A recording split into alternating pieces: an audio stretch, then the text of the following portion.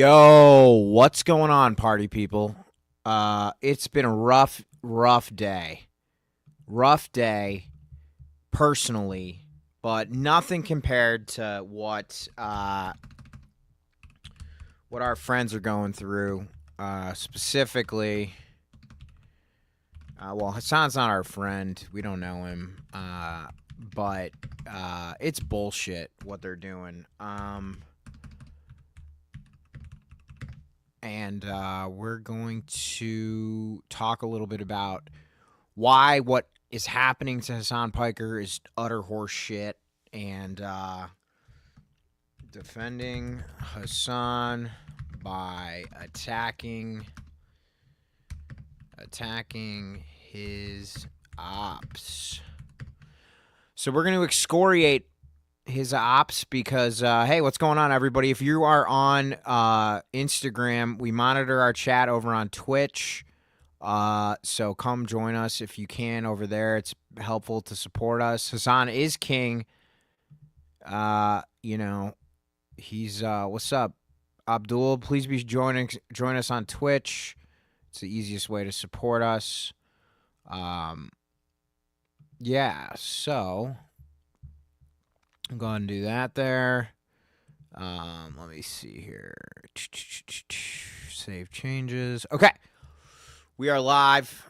If you're joining us now, please be sure to say hello. Jump in. This is a conversation. We're having one. I think what's happening to Hasan Piker is bullshit. Not because I agree with Hasan Piker on all of his shit, but because this is so very clearly an attack by the worst parts of the Democratic establishment. Period. End of sentence. That's it. They are sick and tired of us, regular people, coming at them with valid points about them working harder to fight actual progressive policy than they are against fighting fascism. Because fascism, however morally reprehensible it is to someone like Chuck Schumer, which I'm not even convinced it is, given his support of a genocide. Here you go. This is my account on Twitter, on X. So Hasan Piker is being condemned for what Dana Bash said to... Yeah, here we go. A lot of the actions by you and your government are making Jews in the United States unsafe. Congresswoman Haley Stevens, she's running for Senate in Michigan, said Benjamin Netanyahu has made us less safe. He has frankly put Jews in an uncomfortable position across the country. Have you? Well, it's made her uncomfortable because she can't stand up for the truth. She's trying to probably excuse anti-Semitism. She's not. I just want to explain. She's somebody who supports Israel. She supports funding Israel, which is diminishing big time. Yeah, it was funny when that worked out because that was very clearly a work. They were doing that on purpose to help Haley Stevens at the time gain distance between her and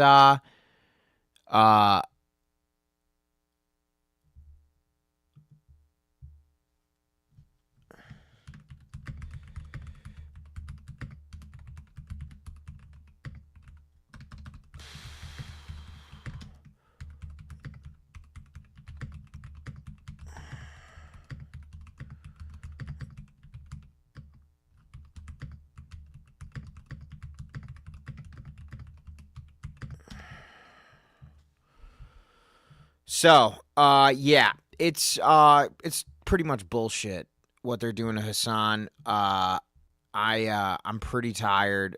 The people obsessed with Piker are the ones who campaigned with him, pool partied with him, had him at their election night parties and GOP ad makers. AES distance now so he can win. Question is why you care more about defending Hasan than beating Rogers. Neera Tanden can shut the fuck up all day long and twice on Sunday. She is a Hillary Clinton, Andrew Cuomo, establishment Democrat, Center for American Progress. You know, when her fucking thing got started, Center for American Progress, that's when progress stopped. I mean, we never had progress, but I mean, Neera Tanden's goal is to undo what's left of the New Deal from the center. She's so full of shit. And you know how I know the Center for American Progress is horse shit? Because she doesn't do anything except tweet about Hasan Piker, which is the entire point of this. Let's look. Here we go. This is the person who says it's bad to be obsessed with Hasan Piker.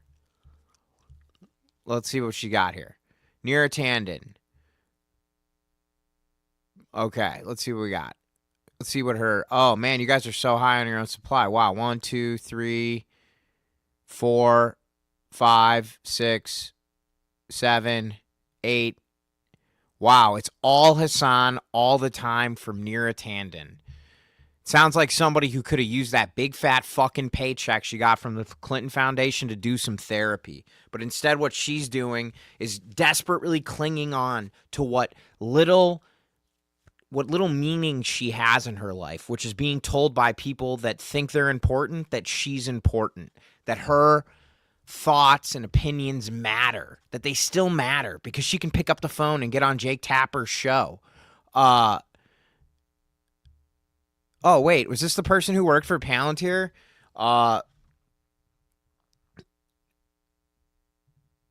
Yeah, didn't Haley have to answer for you working for Palantir? Well done.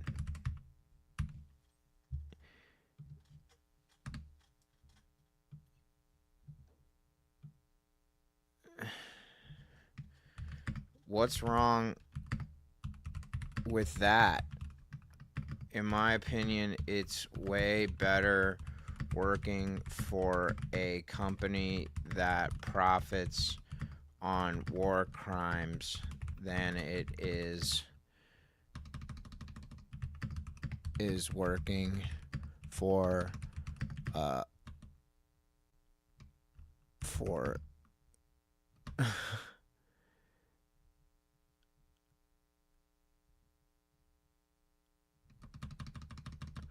The key with tweets is that there are 3 lengths: long, too long, and way too fucking long. It's pretty funny too how this like coordinated attack against Piker comes out right when we are starting to get the we're just starting to get the picture of what's happening with Jared Kushner and Hakeem Jeffries and all this bullshit. Yeah, it's pretty funny how they're able to shift the news cycle. I'm pretty sure though that the people that Hasan Piker is communicating with, which is people that have a low propensity to vote, don't give a fuck what Neera Tanden has to say about him. Period. They don't care. What's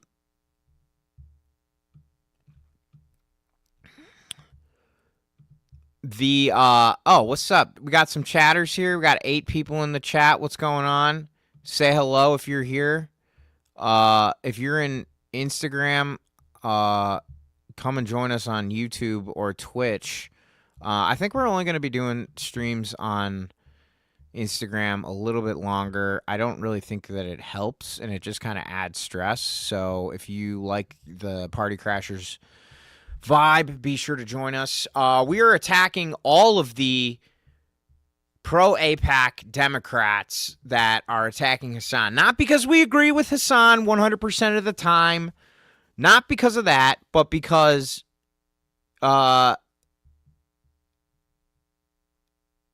it's dangerous to attack any member of the coalition like this, especially because here we go. Hakeem Jeffries is meeting Benjamin Netanyahu. Cool. Let me ask everybody one question here. Has Hasan Piker ever done anything violent? Has he ever told his followers anything other than anti-Semitism is dangerous?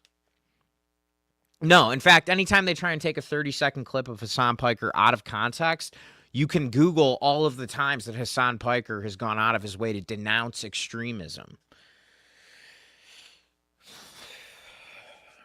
So you begin to wonder why. Why is everybody attacking Hasan all of a sudden? This is coordinated attack, right? And it's because they're being propped up in office with unlimited campaign donations from super PACs. And I'm not just talking about AIPAC either. Hasan, people like Hasan, people like us.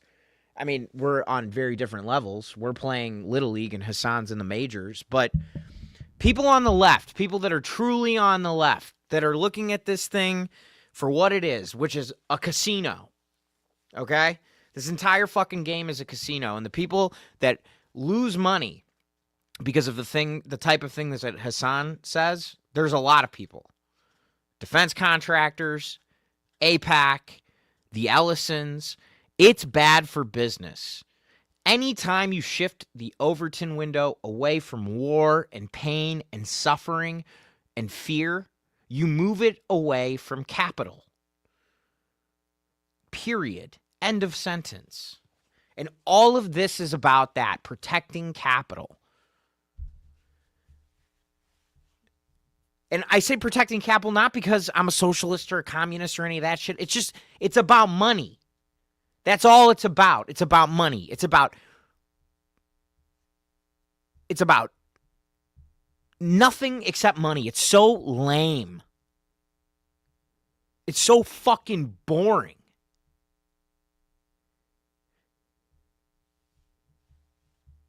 Oh, here we go. Mike Collins, former staffer, posted KKK and Nazi images. How many people in the Democratic Party have denounced this?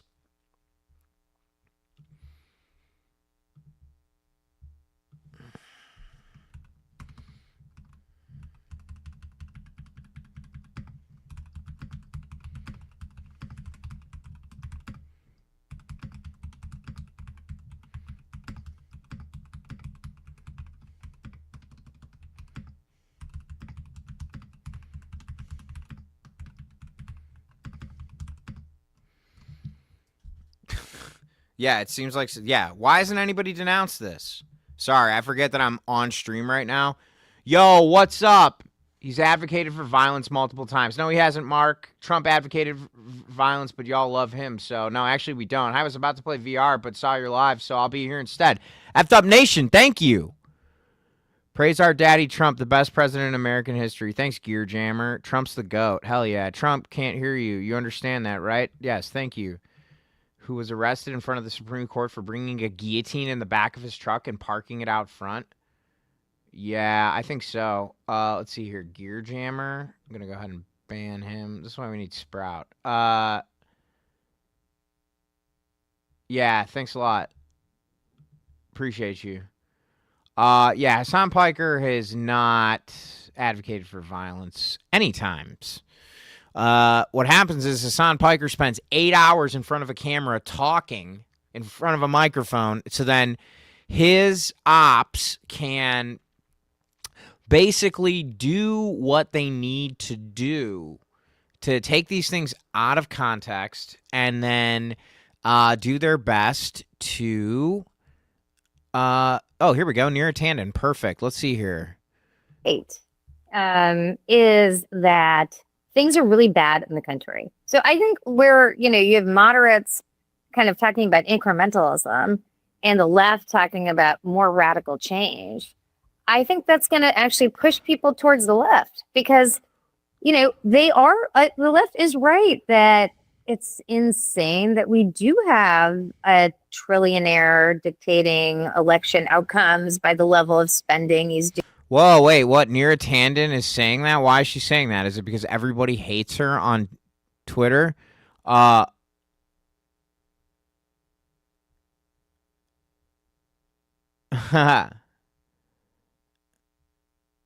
Yeah, I feel like GTA 6, like, there's no way for it. It's going to be like Cyberpunk. Like, remember how stoked everybody was about Cyberpunk? And then Cyberpunk came out. I remember I bought it. And I think it's a good game now, but I'm going to start gaming. I have a big life change going on at the moment, and it's really been difficult. But once I'm done with my move out of my apartment, I am going into my new place. I'm going to be gaming on stream. I think I'm going to start with Elden Ring. and any other games that y'all want to play. Like I like FIFA too, but I'm mostly into RPGs. So, let's see here. Who are these honkies? It can't be good. 3 South Carolina teens arrested after allegedly cutting down a flock hammer and smashing it with a hammer until its battery exploded. Okay, that's okay. Well, I gotta say, I was expecting the worst there. I'm like, look at this picture, and you see 3 South Carolina teens, and then you're like, oh man, I don't know where else this is going, but it can't be good. And then it says, boom, flock hammer, smashing it with a hammer until its battery exploded. We do not advocate for vandalism on this podcast or whatever the fuck this thing is. But we can laugh at other people's decisions. Yeah, no, he did.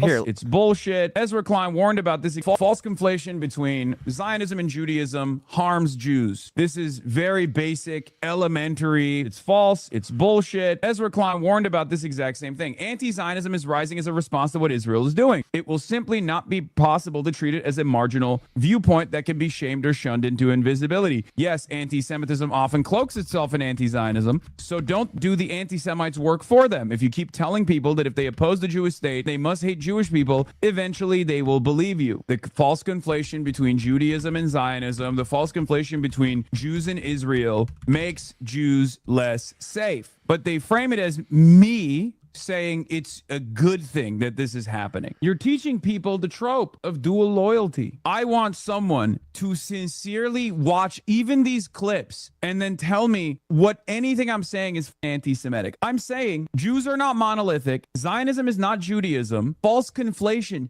being regurgitated at a time when Israel's unpopularity has reached newest highs is very dangerous for the truth, and it's very dangerous for Jews in general. It's not a controversial position at all. No, and actually, it's frankly, it's supported in the numbers.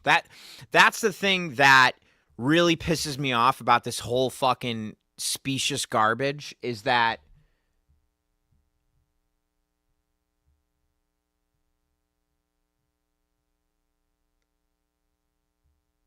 oh, thanks so much for saying that, Effed Up Nation. I really appreciate it. Yeah, it's been horrible, to be honest with you. It's been brutal. But this is keeping me going. You all are keeping me positive and showing up for work. This was kind of my plan for the last 6 months is to be doing this, given this has been I've been doing comedy and performing and acting for 15 years part-time. And by I mean part-time, I mean like getting paid to do it part-time. And now I'm in a position where I got a little bit of runway. And the false conflation between Zionism and Judaism. The plan was to do 6 months of it. So I'm giving this 6 months full-time streaming comedy. So 62% of Democratic Party leaders, by the way, speaking of which, I am giving, this is my challenge to myself. I am giving myself 6 months to make a living streaming, doing comedy. I've been doing comedy part-time for 15 years, and I was let go of a job wrongfully.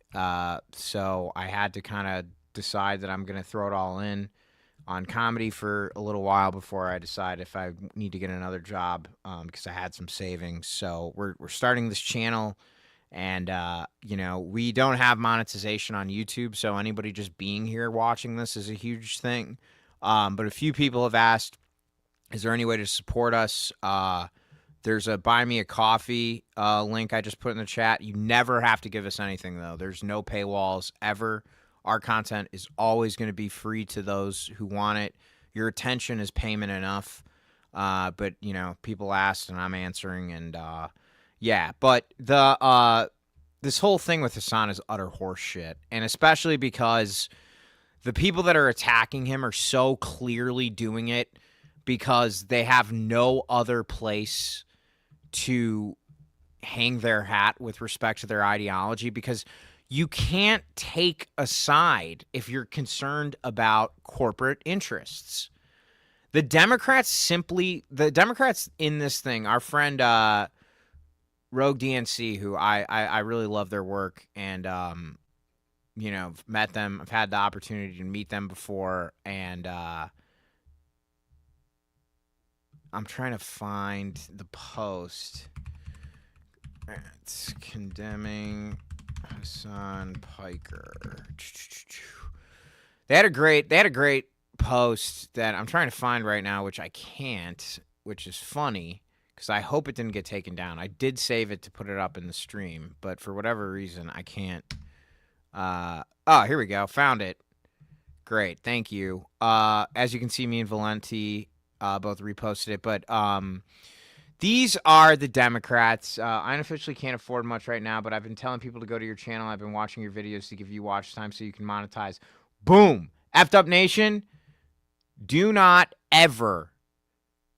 We know you support us. Even just being here is enough support. But I really, really appreciate you doing what you can do to support us. That means the world to me. I can't tell you how much that means to me. That you're taking the time out of your day to tell your friends about the channel, to watch the channel, because we're small, but we got big ass energy.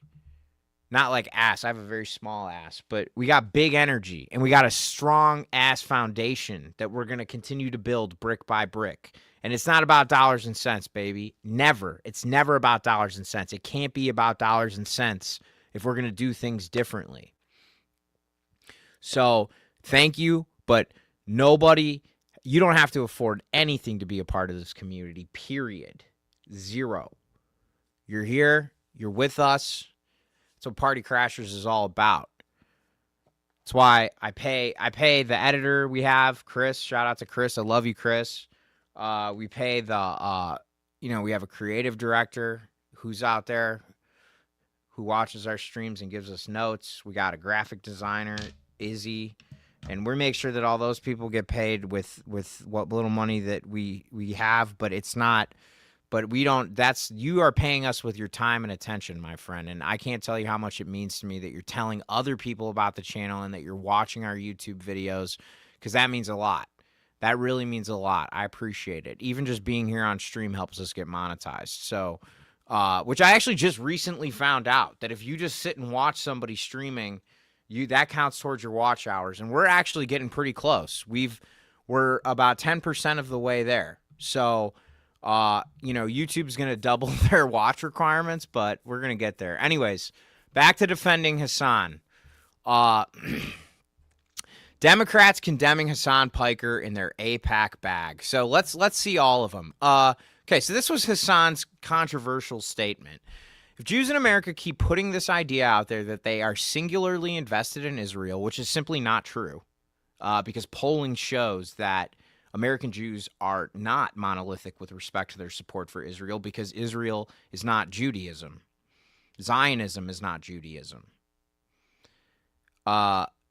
Eventually, someone is going to come around and take action, not against the state of Israel, mind you, but against American Jews. I don't know how people don't recognize how dangerous this predicament is, how dangerous this is for Jews. That seems like a perfectly normal assessment and analysis, because it's exactly what Dana Bash told Benjamin Netanyahu. She said, and Haley Stevens said that about Benjamin Netanyahu, that American Jews feel unsafe because of what Benjamin Netanyahu and Israel are doing to Palestinians. And so therefore, people will wrongfully conflate Zionism with Judaism. I went to a BDS repeal hearing that would allow companies to boycott war crimes, period, whether Israel's committing them or somebody else. And there were several American Jews who were proponents of empowering corporations like Ben & Jerry's to boycott selling ice cream in the occupied Palestinian territories because of crimes against humanity that are being committed by the occupying force. And those American Jews, some of them were the leaders of J Street, some of them had lived in Israel, all said the exact same thing. They said, We do not support what is happening in Palestine. And do not let the ADL or anybody who is a pro-Israel Zionist speak for all American Jews, because they do not speak for me. And then they cited a Washington Post poll that stated that the majority of American Jews were against what is happening in Palestine right now. The reason they are going after Hasan is because Hasan is bad for business. Not just the business of AIPAC. He is bad for the business of defense contractors. He is bad for crypto. He is bad for AI. He is bad because he is proving, him and his community are proving that people power is powerful.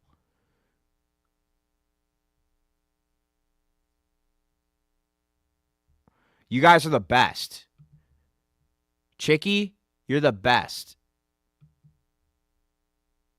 You're the best. Nobody here ever has to, what kind of potato camera do I have? I have a Nikon, but I guess it does kind of look like a potato. Are you talking about the shape of my head, Professor? I might need to get a new camera, but working on it. Hey, this means a lot to me. Thank you, Chicken Nuggies. Actually, paying your bills full time and being with your family and helping them out, that is the best way that you can support us. Because honestly, this is why I really respect Hasan, because Hasan is all about making sure that the people that are watching him become the best versions of themselves. I don't watch Hasan. I'm too busy trying to make my own stuff, but I really, really like the, I don't even know what this means. But you have the paperclip from Microsoft Word in like 2003 as your profile picture. So I don't know what to make of you yet, Dylan. But the thing about Hasan is that, like, if you watch him, I think he's an important person, because young people, especially young men, need to find people that they can relate to so that they don't become angry assholes, anti-Semites that follow Nick Fuentes and Andrew Tate and all that. That's all horrible shit. That's all horrible shit that people like Hasan are like, no, I'm gonna meet them where they are and try and get them down a different path. And I used to be a teacher. I was a teacher in middle school. I worked in Spain in middle school, and in the United States, I was a teaching assistant in high school, and I was an after-school tutor in from K through 5, fifth grade. And yes, that's exactly what we need, F'd Up Nation.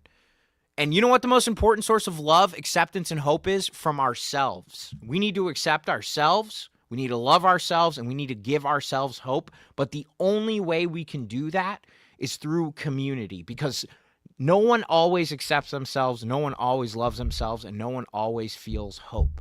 So when you don't, you have two choices. You can reach for something that numbs you out so that you don't feel despair, or you can reach for someone. You can pick up the phone, you can jump in our chat, you can do what you need to do. Yeah, not just young men or young women, all of us. You're absolutely right. And you can either choose to reach for someone and say, hey, I need help. I need to talk to somebody. I want to go get a cup of coffee or play pool or play sports or do whatever the hell you want. Just sit in the room with somebody and just stare at a wall because you're sad. Just knowing that you're with someone else is all that matters. And here's the thing, like, young women need it, young men need it, non-binary people, trans people, gay people, black people, it doesn't matter. Everybody needs somebody. You need somebody that you can reach to, whether it's a friend, a family member, somebody in the chat. It doesn't matter. You need to build that community. We need to build it ourselves, because and you can tell that these communities that are being built out there, whether it be Hasan's community or my friend Kat Abu Ghazaleh has a thing called Kapow, and she's built a community. And, you know, I know a lot of people who have built communities. Like Meg has built a hell of a community of people. That's one that you may not know about. I guarantee you don't know about it. But like me and Meg are members of, oh yeah, fuck all that noise. Okay. Thanks. Or Chris's community. How could I forget Chris? Oh, this guy's got to get yeah, we don't need any of that. We don't need any of that incel self-hatred shit here, okay? There's plenty of that on the internet. If you're going to come in here with the negative waves, Chris Valenti's community, it's absolutely right. There are places you can go, people, okay? There are places you can go, and you would have never, I would not be talking to you right now if I wasn't in a dark place at one moment in my life, a truly dark place. Right now I'm in a tough spot, but I'm not in a dark place between my ears, because when things get too negative, I come here and talk to you, or I call my friends and my family, and I know that they love me and I feel safe. But the thing that freaks the people in power out, okay? We can even remove the politics from it, okay? All these people that I'm flipping through. Here we go. Alyssa Slotkin, CIA. Boom. Cory Booker. Look at all those corporations he's got on his wrist. Merck, GE, Susie. I've never even heard of her. Brad Schneider. Hakeem Jeffries. The thing that makes them all scared, Richie Torres, Jackie Rosen, Josh Gottheimer. The thing that makes them scared, these corporate Democrats that believe in nothing except their own power.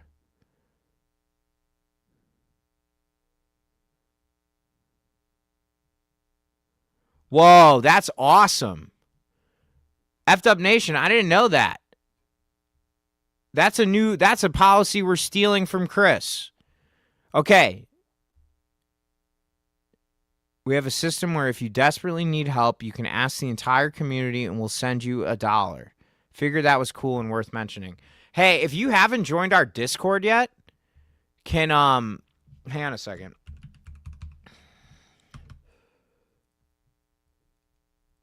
Oh, by the way, we have a website. It's not quite finished yet, but you can join our Discord from the website. Hang on a second.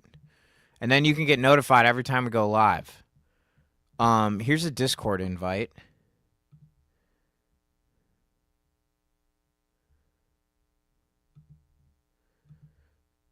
I've been angry when I had no role models, but only at the oppression. I've been a people's community activist since birth. Hell yeah.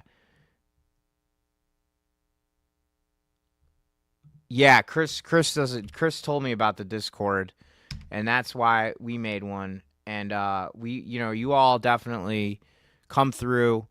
The reason why Chris is awesome is because we all believe in the concept of a non-zero sum game. A zero sum game is where you have $1 and I have $1, and then if we play each other, and then one of us has to take the other $1. That's a zero sum game, because that means that somebody's left with $0. But what it's really all about is about having $1, somebody else having $1, and figuring out how to get everybody to have more, because we're together. We're more together than we are alone. And yes, that is going to be a policy that we have, Effed Up Nation. We're going to do like a little till. That's a good idea. I like that. Actually, one thing I want to do in the community is I want to create like a little fund for people that are like artists who like want to draw something or do something. I want to create a little fund so that if like somebody's like, hey, I got an idea for a drawing, I could be like, cool, here's $100, just make it. Cause like when I was doing stand up, I would go to these bars in like Southern Indiana or whatever. And, somebody would be like, hey, we'll give you $100 to perform. And then I would drive down there and like, it would be like, I'd show up and I'd get like $50 and I'd be like, I'm a professional comedian now. But like, it still feels good. It's a ripoff. But, I think it's cool to give people an opportunity to feel valued. Money sucks. Money's like the worst form. Money's like democracy. What Winston Churchill said about democracy is that Winston Churchill, not a great guy, but great quote. He said, democracy is not the best form of government. It's just the best one it's just the least worst form that we found so far. money isn't the best form of value. It's just the only one we all agree is valuable. And if somebody wants to be an artist, bro is a professional comedian. Exactly. Chicken nuggies. Let me tell you something. The only people who decide who an artist is, unfortunately, are the people who decide who God is, which is the IRS. So when I started having to put comedy on my tax returns, that's when I started telling myself I was a comedian and telling everybody else. So going back to Richie Torres, but these people, Richie Torres and all these, yep, I am a professional actor. You can look at my IMDb. I'm in the Screen Actors Guild. I even have my Screen Actors Guild card somewhere around here. I always keep it close because 5 years ago, I said, actually, it was like 7 years ago, I wrote out like a 5-year plan, and I had all 4 things knocked off except one thing. I had one thing left, which was become a member of the Screen Actors Guild, and I had 2 parts that were SAG roles, and you need to have 3 in order to join the union. No.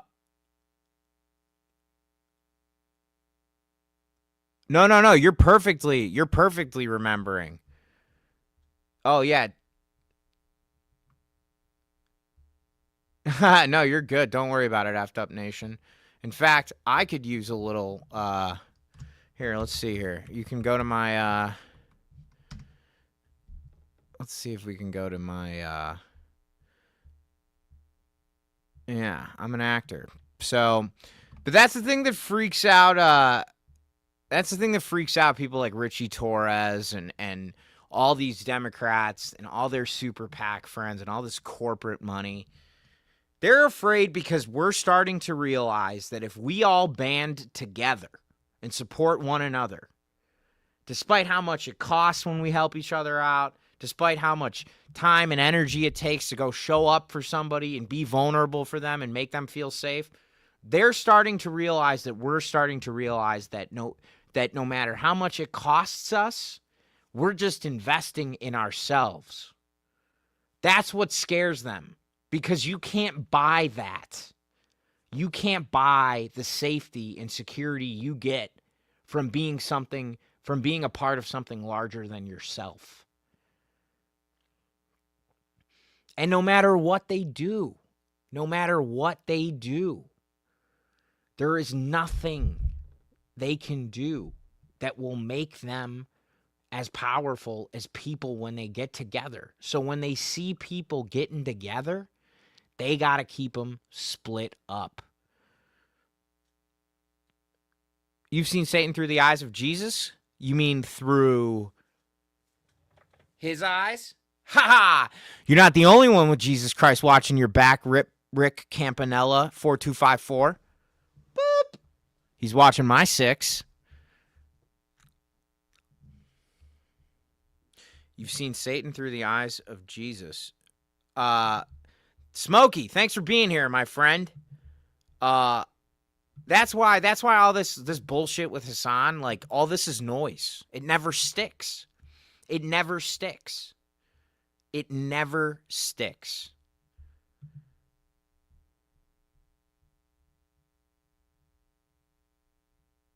It can't. Because this is the thing about stories. There's a difference between stories and propaganda. And the thing about stories is that they have meaning. Okay? And meaning is truth. And truth only comes from people. Okay? It only comes from people and what people witness and what they actually see. And what people see is values. They see values. And values can only be translated in action. So whatever they say about Hasan, or me or anybody else, look at what we do, and you know the truth. But look at their voting record. Look at their voting record and tell me that they care about people. They don't. They don't. They care about themselves. And that's the most disappointing thing. Let's see what Robert Reach has to say about this. When you talk to voters, they are extremely angry at the Democratic Party, even if they didn't vote for Trump. What went wrong in the Democratic Party? How did the Democratic Party become so corporate? And where were those mistakes made? Was it NAFTA? What's was up, it Al? in compromising on single-payer healthcare? What went wrong? Oh, I think you've got to go way back, back to the early 1980s, when the Democratic Congressional Campaign Committee under, let's say it was Tony Coelho at the time, made a deal with corporate America and said essentially, look, we are in control of the House. We've been in control of the House since 1955. Remember, this is the early 80s. So we're going to be in control of the House forever. Why shouldn't we drink at the same trough of as the Republicans? And that proved to be a deal that was really an unmaking of the Democratic Party. I mean, once the Democrats began drinking at the same corporate trough as the Republicans, it's very difficult to bite the hands that feed you.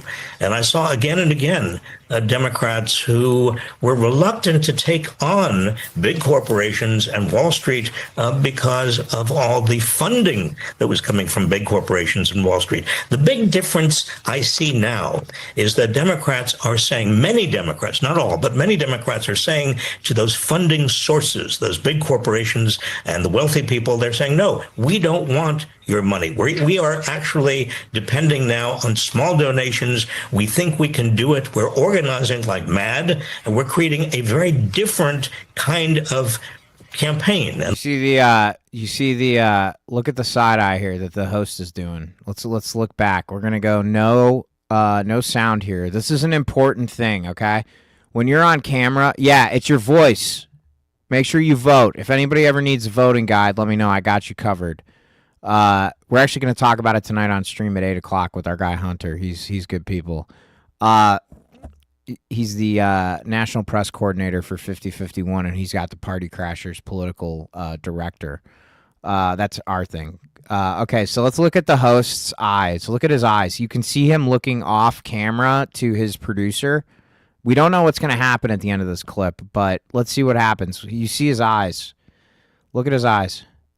You can see him dart to look off camera. Yep, there, one. Once, is he getting a message? What's happening? Do you guys see that? I don't know. They don't like it.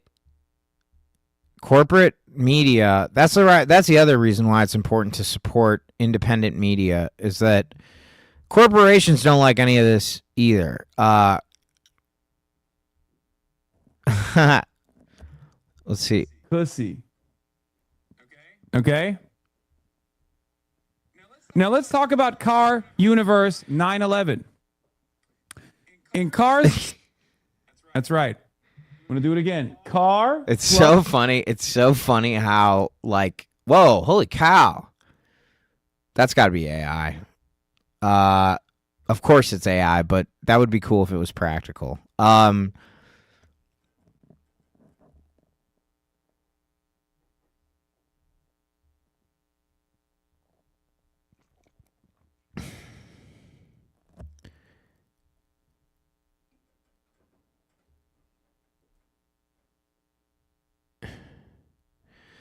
God, it's so lame. Oh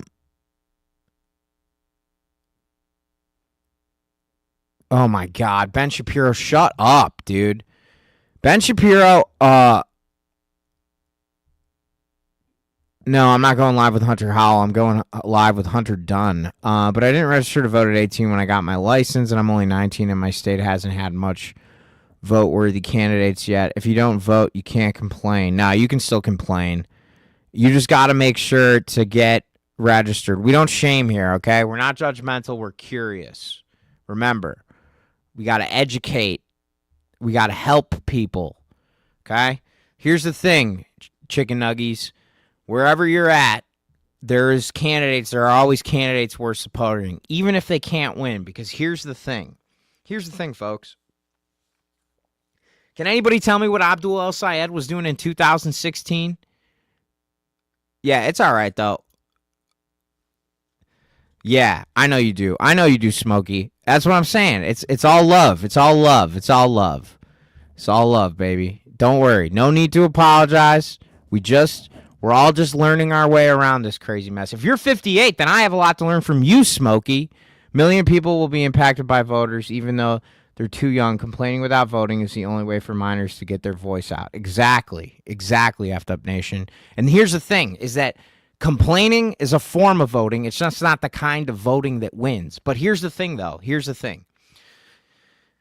No, 2016, no, he was losing the Democratic governor's nominee to Gretchen Whitmer. But here's the thing you got to understand about grassroots politics. If there's a candidate where you live, I don't care where you live, okay? If there's a candidate and you give them one vote, okay? If you give them one vote, hey, Lucy, what's going on? Oh, we got some dumb beats here. Wow, we got a lot of people in the chat. Very lively YouTube chat today. Thank you. Thank you, everybody, for coming through. If you have a candidate, Abdul El Sayed lost in 2016. He lost his race for governor. But he won the Senate nomination for the Democratic Party against $70 million of attack ads. So even if a candidate gets one vote, a candidate like Abdul El Sayed, even if you vote for somebody who's running for school board, who's just like a bartender, who's like, you know what, I'm going to throw my hat in the ring, and then Chicken Nuggies shows up and gives him one vote, then guess what? That's like when we had one viewer in the chat, right? If you have one viewer in the chat, you're not alone. And even though it doesn't seem like it makes a difference right now, you build on that momentum. And every vote that you give a candidate that doesn't take corporate PAC money and stands against genocide and does all the right things, that's money, and that's fear that the candidate who does take all those things, they get more and more afraid. They have to defend their position. And the more they have to defend their position, the more money they have to spend to defend it. And every time, the big money has to pour money into races and different places that they didn't think they'd have to fight a battle, they lose easier for the next battle. That's the thing. It's like in Andor, when the Nemec guy says that it's brittle. Power is brittle. It has to be perfect all the time. And every one of those little acts of rebellion, they add up. Yeah, we love you. It's all love, Smokey. Abdul, let's go Michigan. Hell yeah. Yeah, exactly. They keep running against. Yeah, that's so true. Some dumb beats. They wish they could run against Hasan Piker because Hasan Piker is an entertainer. Literally. This was my tweet from my I have a satirical Twitter account. Attacking Hasan Piker is far more important than attacking fascism because it's way easier on our donors. That's what it is. It's the path of least resistance.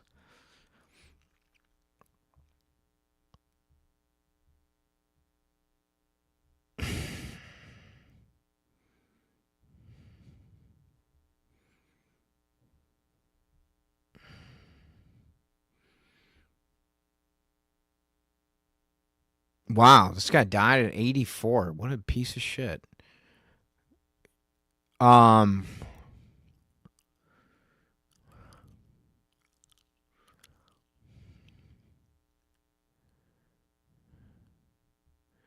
Yeah, what is this Neera Tanden thing? She's saying that.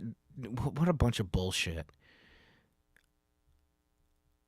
Yep, here we go. This is the thing. I'm sure you've all seen this meme, but what the yeah, it's all love, Smokey. That's exactly right. That's right. You can't fight fear with fear, baby. That's why none of us are afraid. We know Smokey's coming from a place of love and curiosity. Oh, this was funny. This was from. Whoa, holy shit! Who? Oh, this was funny. I looked at this mugshot and I was like, this can't be good. And then it says 3 teenagers were arrested in South Carolina after being accused of cutting down flock cameras. I'm like, oh, police have the wrong suspects. as the real criminals are the tech billionaires and politicians who continue to force their mass AI surveillance dystopia on the public.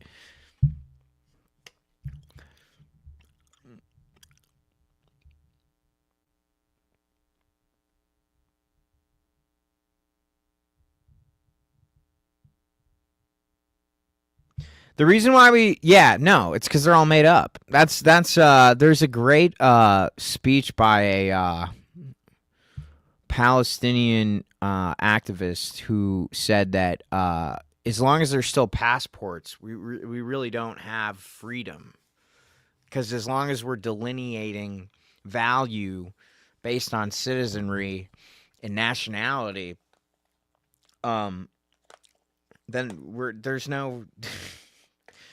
I mean, you need laws, you need nations, I guess. Well, Smokey, you give us hope for the future too, because you give us hope from the past and now in the present. You're giving us hope now in the present.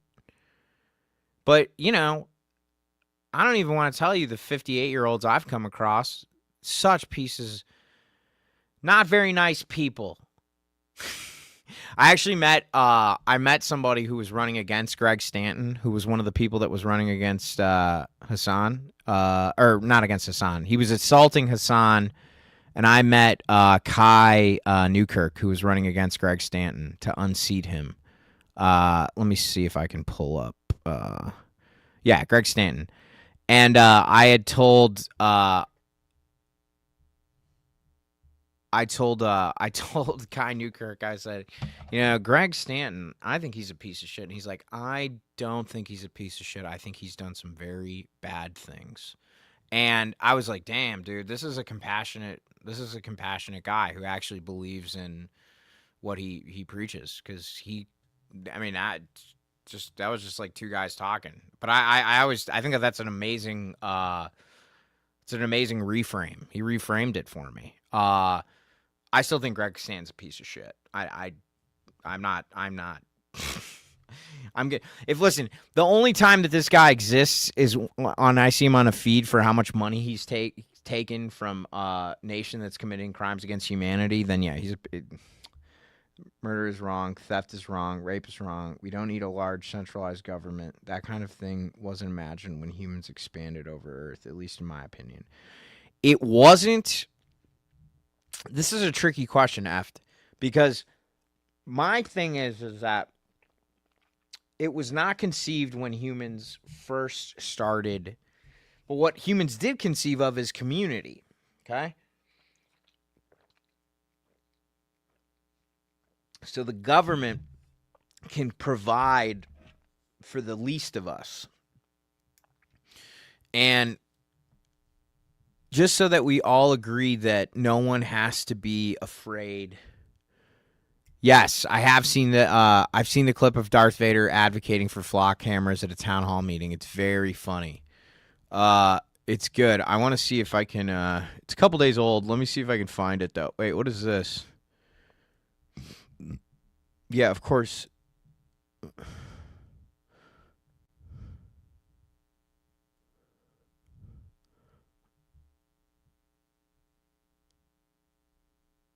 Oh.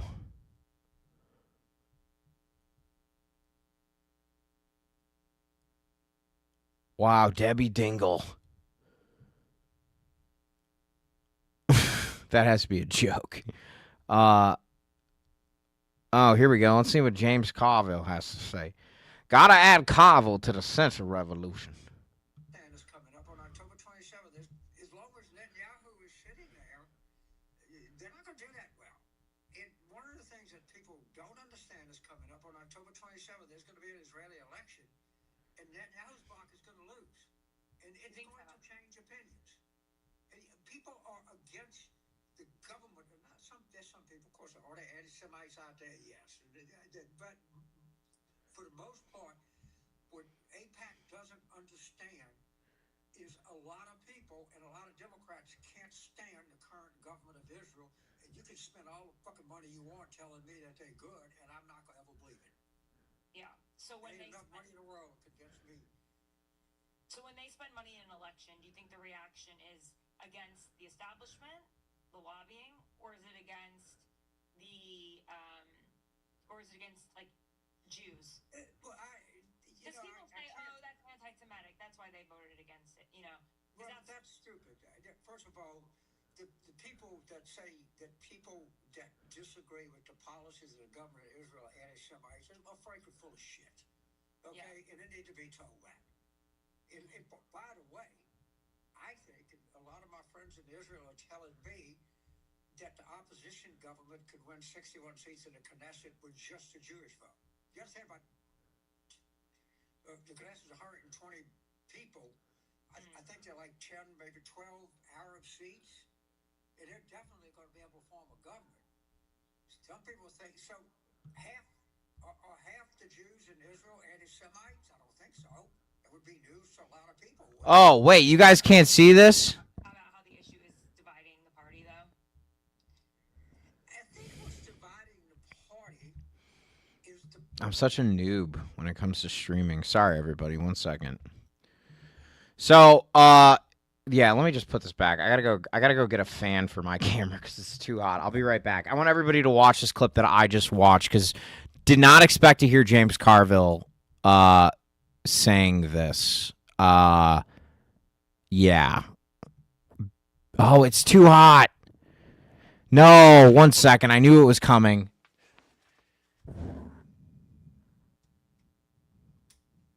Everybody stay here and watch this clip. I'll be right back. I got a solution to this problem.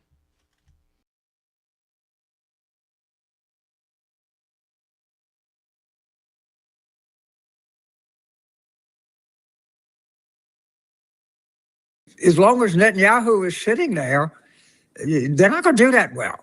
And one of the things that people don't understand is coming up on October 27th, there's going to be an Israeli election, and Netanyahu's bloc is going to lose. And it's going to change opinions.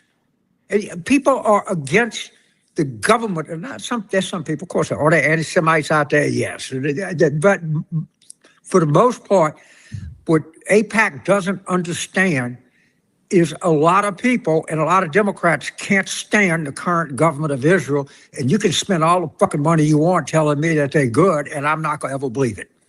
Yeah. So when Ain't enough money in the world to convince me. So when they spend money in an election, do you think the reaction is against the establishment, the lobbying, or is it against like Jews? Well, Because people say, "Oh, that's anti-Semitic. That's why they voted against it." Well, that's stupid. First of all, the people that say that people that disagree with the policies of the government of Israel are anti-Semites are frankly full of shit. Okay, and they need to be told that. And by the way, I think, and a lot of my friends in Israel are telling me that the opposition government could win 61 seats in the Knesset with just a Jewish vote. You understand about the Knesset is 120 people. I think they're like 10, maybe 12 Arab seats, and they're definitely going to be able to form a government. Some people think so. Half the Jews in Israel anti-Semites? I don't think so. It would be news to a lot of people, wouldn't it? Are you concerned about how the issue is dividing the party, though? I think what's dividing the party is the policies that have been.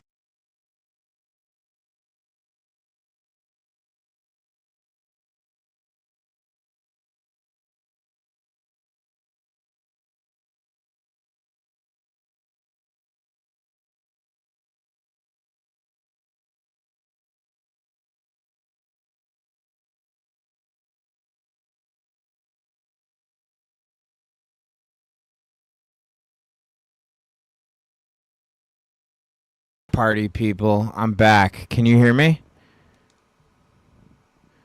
Let me get a mic check. Yes, okay. Beautiful. So Carville's coming out against the perfect, thank you. 1 second here.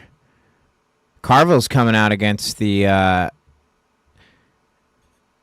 Netanyahu government. Hasn't gone quite so far as to denounce the state of Israel, which was built on the bones of, thank you, Smooth Bandit. Bandito, welcome back. Herd, Chef, I actually know the guy who owns the beef shack where they filmed the bear, Mr. Beef. Mr. Beef himself. I actually got a fan now, so if you all hear the fan, you got to let me know about that. That's going to be our next production issue. We must be the change. That's right. Well, the 1960s, they did change a lot. They did change a lot. Here we go. Let's see what we got. This is why the establishment is going nuclear, attacking Hasan the Hun. He represents the grassroots in their attempt to change the Democratic Party. He's very electorally effective, and they want to stop him. Yeah, notice how they're freaking out about Hasan because during Oliver Larkin's election, he made 125,000 phone calls for DSA candidate. Do you think that scares the shit out of the Democrats? They could never pay to get 125,000 calls made with volunteer power. And a party base that, as we've spoken about on this, Democrats who say that their party leaders should be replaced. If you want an outsider, this is your time. This is your time. This is not what we were looking at a decade ago. Get this, 62% of Democrats say their party leaders should be replaced compared to just 24% who say no. You know, you go back at the beginning of the Donald Trump presidency, the majority of Democrats said their party leaders were taking the party in the right direction. That is not the case anymore. We are dealing with a party base that wants to throw out the old and bring in the new, and a party base that, as we've spoken about on this program before, is at its apex in terms of how liberal it is, with the majority of Democrats now saying that they are liberal, which is very different from where we were a decade ago when the majority of Democrats said that they were either moderate or conservative. What we're talking about is a Democratic electorate that may very well be in the mood to embrace someone like Alexandria Ocasio. Yeah, they're not going to change anything because if they do, it's going to screw up the bag. That's the thing. It's from The Wire. If you've ever seen The Wire, if anybody here has ever seen the show The Wire,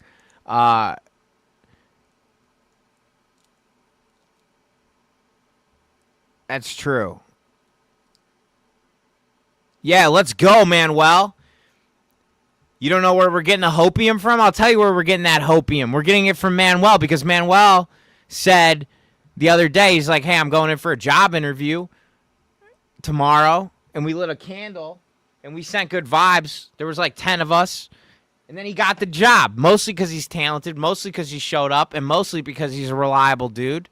But we sent good energy. That's where we're getting the hopium. He's on day 3 of that job. Let's go, Manuel. Let's go. Everybody give Manuel some love in the chat. Boom. Woo. That's what's up. That's what pumps me up. Okay? I seriously have never been more. I've literally been yeah, hell yeah, we're proud of you. Let's go. Yeah, I can't vote in Israel either, Smooth Bandito. And as long as Palestinians can't vote, we're going to have a big issue there. So, oh, here we go. Tim Miller. Tim Miller's the only one. I think why we love each other. One reason why we love each other is because we're both posters at heart.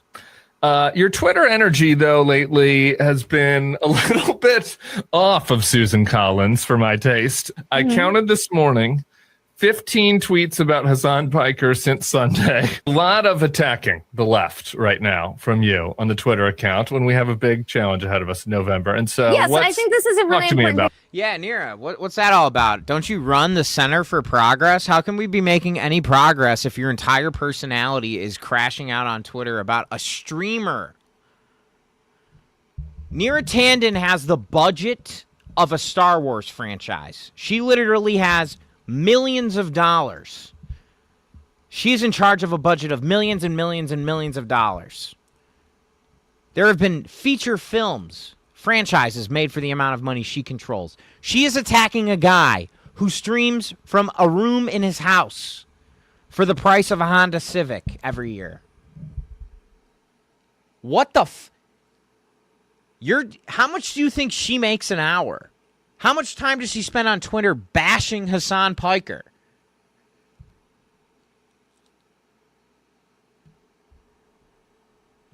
going to discuss. I actually appreciate the opportunity to talk about this because I want to make a distinction. And I've said this publicly. I said this to the New York Times like a month or two ago, which is we're like left candidates, even DSA aligned candidates win in swing states. Where DSA candidates win in blue cities. Like, that's a healthy thing for a party. It's okay for a Democratic broad tent to have very liberal. Wait a minute. She slipped up there. She slipped up. Nira, what did you say? For a Democratic broad tent to have very liberal candidates in very liberal parts of the country. And when people complain about this, I say to them, there are like some really cuckoo members in like MAGA parts of the country. And, you know, like it's a big tent and we should be growing that. My concern, and it's a genuine concern, is that Hasan Piker is noxious to the brand of the Democratic Party in swing states and swing districts. And I'm always for a big tent, but big tents have tent poles. And tent pole for me is we should be against racism, sexism, homophobia, Islamophobia, anti-Semitism. Except you're not against it when it's being perpetrated by the Israeli government and when it's being perpetrated by the Democratic Party. Because the Democratic Party has done all of those things, Nira. Seth Moulton just said that trans rights aren't absolute. That's Seth Moulton. I'm sure you love Seth Moulton. You hate Ed Markey. So you're full of shit, Nira. That's the thing. You talk out of both sides of your mouth, and you're used to being in a media environment where you only have to be not full of shit for 5 minutes at a time. But the problem is that isn't the media environment.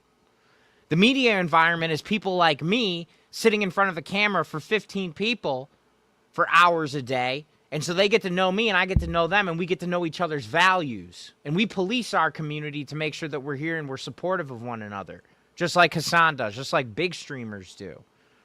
But you never had that. You had to talk to a camera and you had to talk to your friend Jake Tapper, and then you would go get cocktails at the White House Correspondents' Dinner and chuckle as everybody else in the country was getting fucked over by the policies that you were being paid to shove down the throat of all the feckless corporate Democrats that have got us into this mess. So you're full of shit. And your candidates are full of shit. And you're lying when you say that the Democratic Party doesn't stand for any of those things. Because your version of the Democratic Party has always stood for those things. And now we're taking it back. Well, we're taking it for the first time.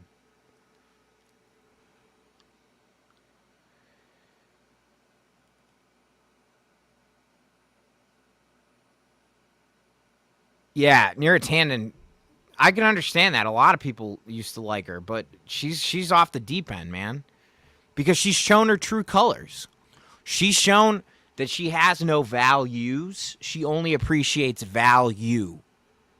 She is transactional. About strategy.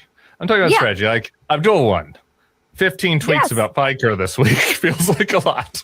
Like Abdul won, and I've got things that I could nitpick Abdul about, but like he's not campaigning with the Sun anymore, like that was in the past. And again, so like why keep talking about it? It's like not that helpful. It doesn't feel like. Oh, I see where she's got the twitchy eye.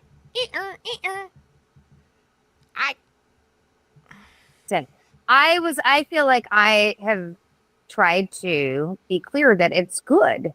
It's a good thing that he's moved off of Piker. And I've said multiple times I would support Abdul Saeed. I think this is a good step.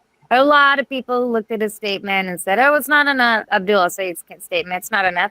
I think this is a good step. You know, you can't. Abdul El Sayed. It's not that hard, Nira. It's not that hard. Syed.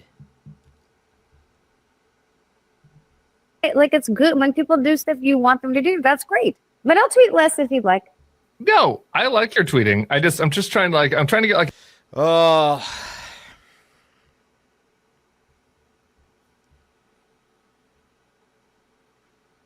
Yeah. Okay, here we go. Let's see what happened. I like Harry Enton. Gives the game away. I don't know why. Democrats identifying as very liberal is up 300%. Progressives are taking over the Democratic Party. Yes. Here, Democrats who identify as very liberal or conservative. You know, there used to be a lot of conservative Democrats, right? Back in 1999, 26% of Democrats self-identified as Yeah, it's crazy. When I was 10 years old, but the UK is telling people to stock up on canned goods and non-perishable foods because of a large chance of a massive conflict between NATO and Russia. Effed up, can you send a link to that article? I would like to go over it. He doesn't give a damn about America. What are you talking about? Dog football. Trump has had over a year to do something about it, and look at what he screwed up. We are now.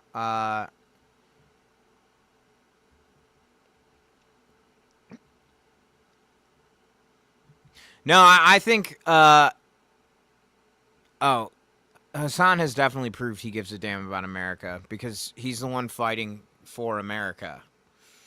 He's asking politicians and holding them accountable for not spending money on bombs that go and destroy schools in countries none of us, want to bomb. And he's asking us to spend our tax dollars on healthcare and food and for making sure that all of us can retire after working our asses off for our entire lives and not having to put a second mortgage on our home so that we can decide if we want to survive cancer or not. So we can leave our kids something if you even can afford to have kids. So yeah, I think Hasan Piker's doing quite a bit for America. And actually, if you look at this poll, you'll see that people are moving left and they're beginning to embrace the kind of policies that the rest of the world decided a long time ago were worth investing in because they were going to be investing in their future. And, people like Donald Trump and Neera Tanden and all them, they care about is what they have and how to protect it and getting more. But if we're going to survive this entire thing, this country, if this experiment is going to come to the place where everybody is actually created equal, then everybody needs a fair shot at the promises that the racist, genocidal founding fathers said that they stood for, but they didn't back it up with any action. Hey, what's up, Chicago Bish? Chicago Bish is back. She is our OG Twitch subscriber. We love her. She's in the mix. YouTube, show her some love.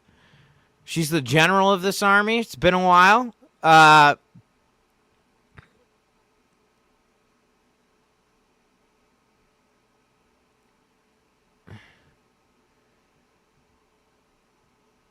Oh, good. I'm glad you're working. That's good. Chicago Bish knows what I'm going through on a personal level, and she was like one of the few people who reached out to me and made sure I was doing all right, which was really nice. Let's see what Harry has to say. Just 5% said that they were very liberal. It was a smidgen. Now that far left has gained considerably in power. Look at this. Now we're talking about a fifth of Democrats. 21% say they're very liberal. That conservative part of the Democratic Party, adios amigos, goodbye, just 8%. And when you combine the 21% who are very liberal with those who say that they're somewhat liberal, we're talking about 3 in 5 Democrats who identify as either somewhat liberal or very liberal, with the very liberals, a much larger portion of the party. The far left, which used to just be a smidgen within the Democratic Party, has gained considerable power, as you saw in New Jersey's 11th district. What about... Gives the game away here. That is very bad for business, Neera.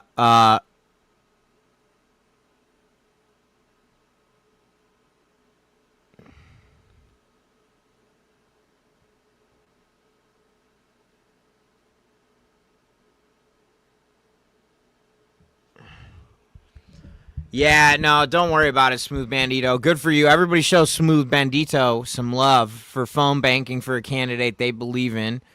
What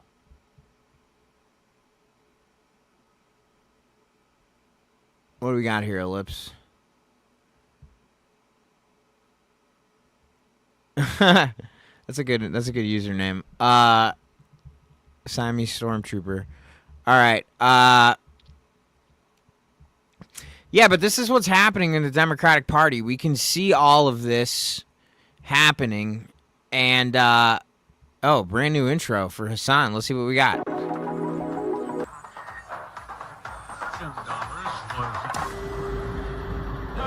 Seems based. Now, do you like Hasan Piker? Do you like Hasan Piker? Do you like Hasan Piker? Now, do you like Hasan Piker? Do you like Hasan Piker? I know you're deep and dark. It's really funny. See, that's the thing about Hasan too that I actually do appreciate about him is that he always leans into the worst thing that people are saying about him, and he's like, fine. Yeah, Gen Z gives me a ton of hope. Gen Z gives me a ton of hope because I'm the oldest guy in this little cohort of we got like a collective here of people. You know, we have different shows that we host, and there's a lot of younger people that host the shows because I really just know how to talk into a microphone and look straight into the camera and say, coming up next, this toothpaste ad. But there's so many young people that I talk to now, and it really gives me a lot of hope because they don't put up with shit. Like, if you're Gen Alpha, Gen Z, y'all keep going with your guts. You know what's right. You know what's wrong. No one's... You know, I got sold a version of America that doesn't exist anymore. You know? Like... And I believed in it until my mid-20s, and then I realized, oh, this is all bullshit. I was working for DNA Info, which was owned by the Ricketts family. It was billionaires. And at the time, I was, like, pretty liberal, but not, like, as left as I am now. And this is kind of what radicalized me. I was working at it was a DNA Info. It was a local newspaper owned by the Rickett family, who are these rich people in Omaha. Dan Osborne, I think, is running against them, or Rob Sand. I forget which. They're one of them's a senator. And so Ricketts finds out that the journalists at DNA Info, which is a local newspaper, are going to unionize. So the next day, he shuts down the newspaper. And I said at that moment, I was like, this is fucked. She's effing pissed. She just started her master's program. Yeah, DNA Info was awesome. DNA Info was a great place to work. Good Bandit, and actually it was a shitty place to work, but it was a good mission. Horrible advice from the host. Kat is amazing. She is amazing. Hunter, he's great. See if you can drop it in the Discord from the link earlier. Gen Z has given me a lot of hope. Regular chatters can't send links. Oh, I think I did that because of that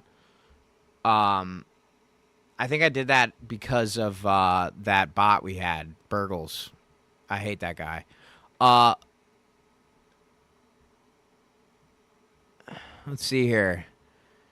Lake Ontario to Lake America. What is going on? They want to be treated like a state, but they're not a state.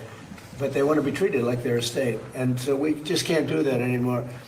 We lose on average over the last 15 years, $60 billion a year carrying Canada. So we just can't do it anymore. We love the people of Canada. I don't think their representatives do an appropriate job. Maybe they'll change. They want to be treated like so we're changing another large body of water to Lake America. And, you know, I'm sure that Tony Dukoppel on CBS is going to talk about this for 6 hours tomorrow. It's going to be the big breaking story. It's like President Trump has upset the norms of map making yet again. And you're going to see, like, Jimmy Kimmel. I don't know who blocks Block Club. Yeah, he wants oceans, too. Ricketts suck. Yeah, okay, I won't. Thank you, Nuggies. I think I'm gonna make you a mod too, Nuggies, because you're with it. You're hip to it. And Sprout, Sprout's amazing. We need to have multiple trusted fellows. Effed Up Nation, you can get the nod too. Boom. This is important. Effed Up Nation said, good, Bandit. And although you may have moments of doubt, don't let doubt spiral too much. There's always be someone willing to fight for themselves, for their neighbors, for you, and strangers. Hell yeah. I needed to hear that today. I've had a tough day. Oh, perfect. Thank you. Let me take a look at this Discord real quick. Make sure you join the Discord.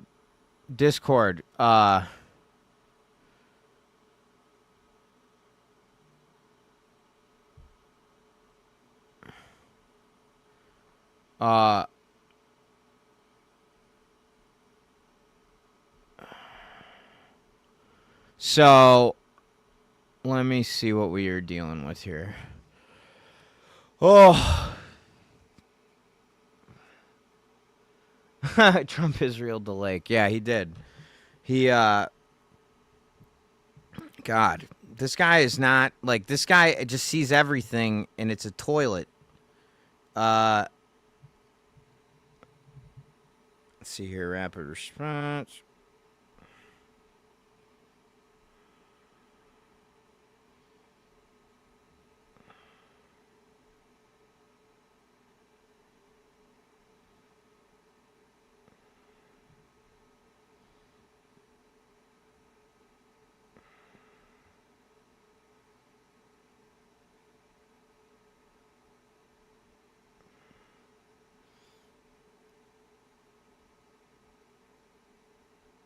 Here we go. Thank you, FW Nation. Copy link. Sorry, I'm such a boomer. Well, I'm a millennial, so don't hate me, but let's see here. Let's see what we got. Let's see here. So this is breaking news. We did conquer another body of water with a Sharpie. That's huge. Remember when the mainstream media was freaking out about Sharpie Gate and Trump won? That was embarrassing. All right, let's see what we got here.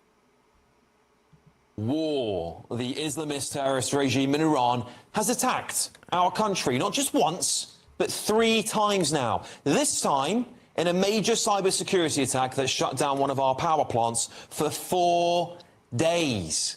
This is let's see here. Planning for national crisis has been pushed towards fears of Vladimir Putin. Plans for certain aspects of the homeland. Defenses have been given a deadline of 2035, but sources have indicated this now brought forward according. I don't really trust this because there's no to the Telegraph. I don't know if this is AI or what, but it could be true. I mean, oh no, told the Telegraph. Let's see here. If it's in the Telegraph, I would read that. The Telegraph crisis. Ministers warn. You can't be too careful. Let's see here.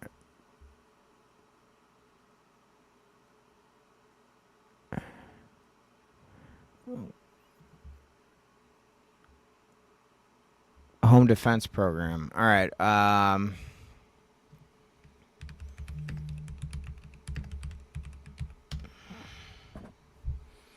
Holy cow, you're right. It's real. Holy shit. Effed Up Nation, you were right. Holy cow. We cut the funding for school lunches for kids because he said we need more money for war. I do remember that. I tried finding the non-AI and real news site, but my Google was lagging very badly. I understand what you're saying now. Okay, cool. To continue, we will go to, 1 second, remove paywall.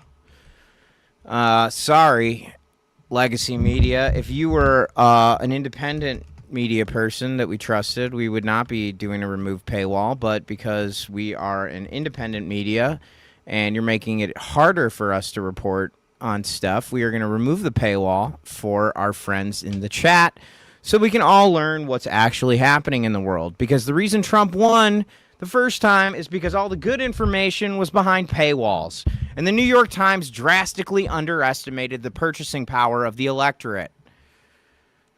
Because no one cares about politics. They care about what's cheap. And people are going to always go for the cheap, simplest option unless you incentivize them to go for the more complicated one. So making somebody pay New York Times isn't going to help. Figure out another way to make money. Also, why don't you report on genocide? Maybe that'll help. Okay.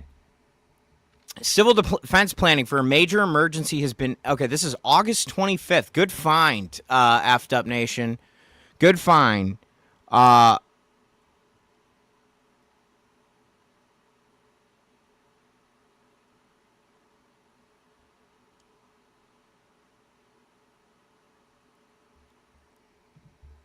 Civil defense planning accelerated over threat from Russia. Cabinet office to told up to speed up crisis plans as dangers loom. Civil defense planning for a major emergency has been accelerated amid fears Russia could strike a critical sector within the next few years. Sources told The Telegraph that the Cabinet Office had been told to bring forward planning for the Home Defense Program, an initiative that aims to bring together civilian and military planning for crises. The program is led by COBR, a national emergency committee named after the Cabinet Office briefing rooms, and includes plans for the War Book, the government's classified blueprint to transition the country for crisis and conflict. Sources said that some elements of the plans for Homeland Defenses had been brought forward from a previous deadline of 2035 to 2030. They declined to say which element the deadline related to because of the sensitivities around the plans, but one source said we do need to accelerate preparedness in a range of threat areas, which means in the next few years, not the next decade.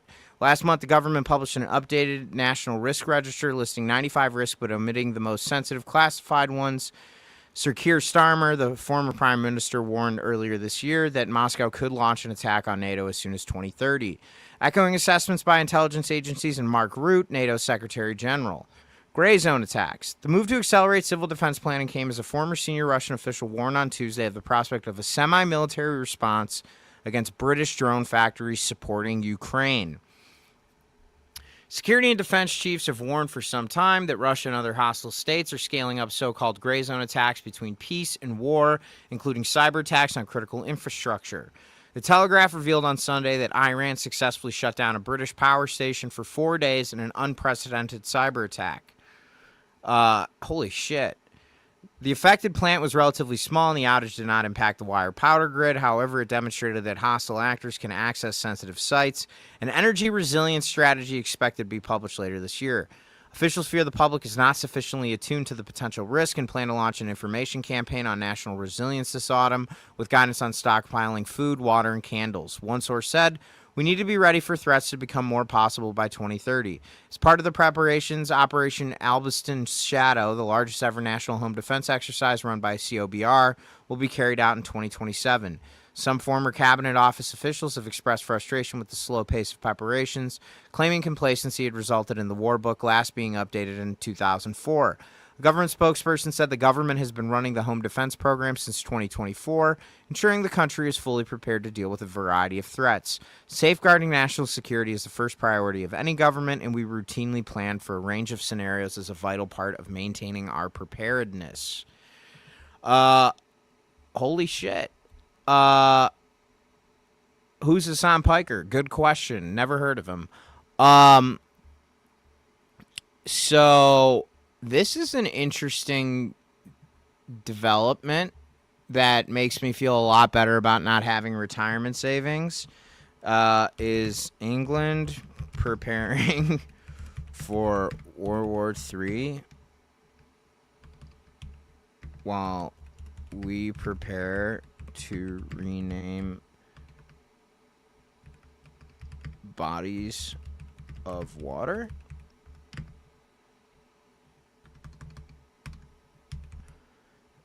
F'd Up Nation, good stuff. This was a great find. It makes me feel a lot better about my lack of retirement savings.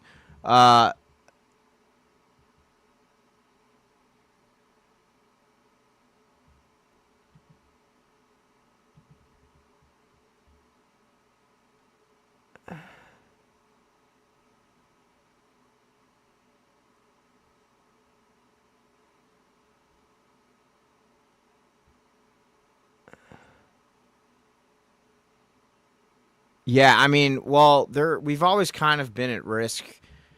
There's a good documentary called Zero Day. It's about Alexander Gibney wrote it.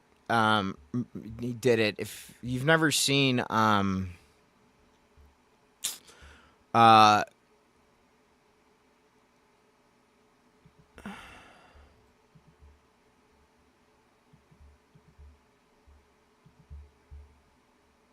sorry, I'm trying to find this. Russian official said that there was going to be a semi-military response in the gray zone. I want to see what let's see here. Russian official, the Telegraph.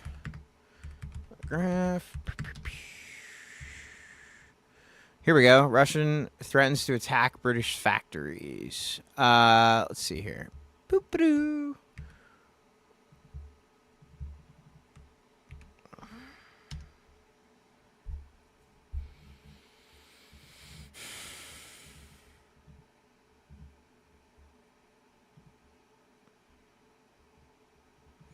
Okay. Russia threatens to attack British factories. Moscow could take semi-military action against manufacturers of drones and missile components.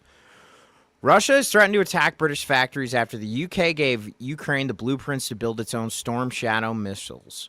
Andrei Fedorov, a powerful advisor to Vladimir Putin, said Moscow would not 100% exclude the possibility of semi-military action against manufacturers supplying drone and missile components to Kiev. Western intelligence sources told The Telegraph that Russia had already launched a fresh wave of covert attacks against European armament factories. Mr. Fedorov's intervention on Monday escalated the war of words between London and Moscow over British support for Ukraine. Earlier that day, the Kremlin had accused Andy Burnham of adding fuel to the fire of war by sharing the blueprints with Ukraine. The Prime Minister had replied, "Who started the fire? That's the question, isn't it?" Mr. Fedorov made the comments during an appearance on the BBC's Newsnight after Mr. Burnham had visited Kiev for the first time. Fedorov did not explicitly say how Moscow would attack. He suggested a producer of drones or Storm Shadow missile components could be targeted in a cyber attack by unknown sources. There might be different political steps, and I cannot exclude 100% that there might be some semi-military, for example. He then made the threat against British factories, explaining that semi-military action meant that something might happen with enterprises with the factories that are producing drones for Ukraine. During the Newsnight interview, he said Prime Minister's Storm Shadow decision was considered by Moscow to be a direct military involvement in the war, which he claimed had moved beyond the Ukrainian borders.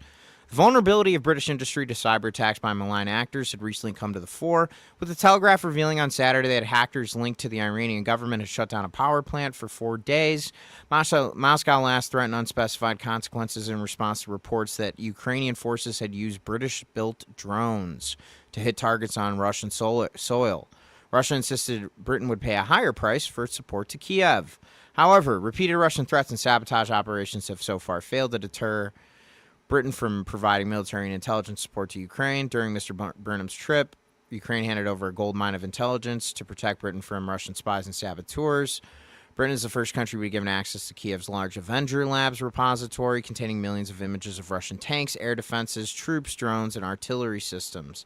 The data will be used to train technology at British bases to help detect saboteurs and spies trying to gain access to military secrets or sites.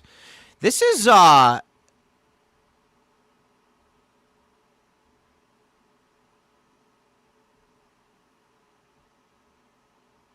Oh, I didn't actually know this, Effed Up Nation.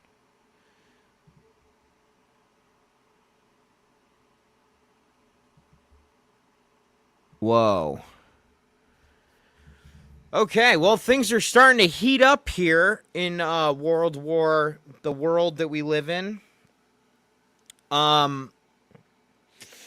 I need to take a break because we're coming back tonight at 8 o'clock Central Standard Time. What time is it? I don't remember. What time does Hunter come on?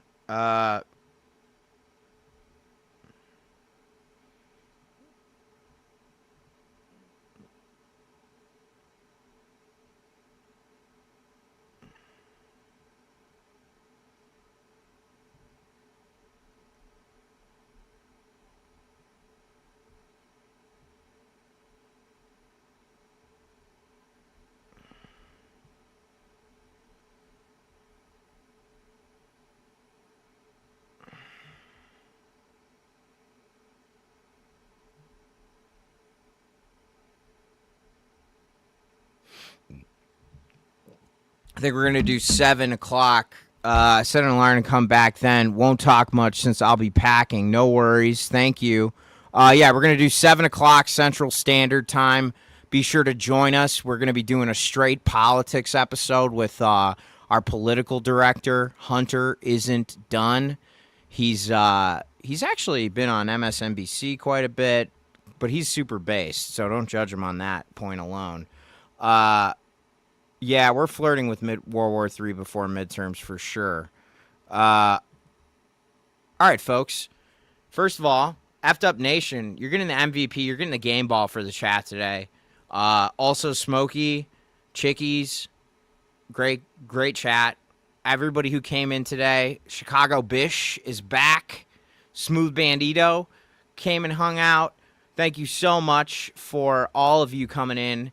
There are too many of you to thank in times like these, but I am so grateful, each and every one of you. Lucy Bell, we didn't forget you. Thank you so much for coming in. Don't forget, we're going to be live again in about an hour and 45 minutes. This is my full-time job for the next 6 months, and inshallah, we get to a place where it will be my full-time job for the rest of my life. A lot of changes happening, though, so yeah, I'm really grateful for each and every one of you. Showing up here has helped me weather this storm that I'm going through. And it doesn't matter what. Just remember this, folks. In times of crisis, don't look back and ask why. Ask how right now. Because when you get through it, you're going to look back and you're going to go, that's why it happened. You'll know when you look back. But right now, we're not asking why, we're asking how. So no matter what you do to live, thrive, or survive, never forget you need somebody to love. Reach out to community, reach for a person, not for a thing that's going to help you forget what you feel. Everybody, Manuel, congratulations. Love you all. Discord link. Yeah, join the Discord, by the way. Thank you. Yeah, I got it. Hang on a second. Just go here. Party Crashers.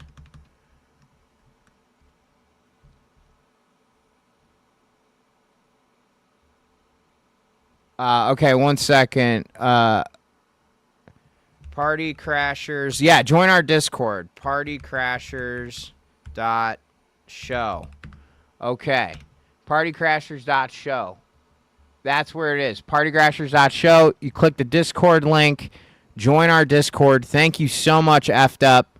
If anybody wants to be a mod, here's the Discord invite directly. Let me know. You got the job. As long as I trust you. You know who you are. Thank you all so much. Drinking clean water, eating clean food. Much love. Let's do it, people. Everybody take care. We'll see you on the next one in an hour and a half.